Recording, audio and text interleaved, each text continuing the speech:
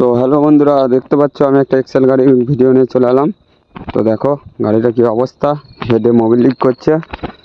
তো তারপর আমি ক্লাচ চেম্বারটা খুলছি। দেখো তো ক্লাচ চেম্বারটা ফাটা আছে নাকি আমি দেখে নেবো, না হলে প্যাকিংটা গ্যাস কিটটা পাল্টাতে হবে মেন সাপের।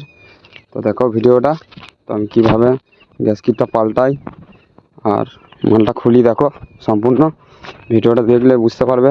তো কী করে আমি মালটা খুলছি দেখো। তো চেম্বারটা আমি বার করছি দেখো, এক্সেল গাড়ি 110-এর BS4-এর। তো দেখো, তো দেখতে থাকো ভিডিওটা সম্পূর্ণ। ভিডিও ভালো লাগলে লাইক কমেন্ট শেয়ার বন্ধুরা করে দেবে।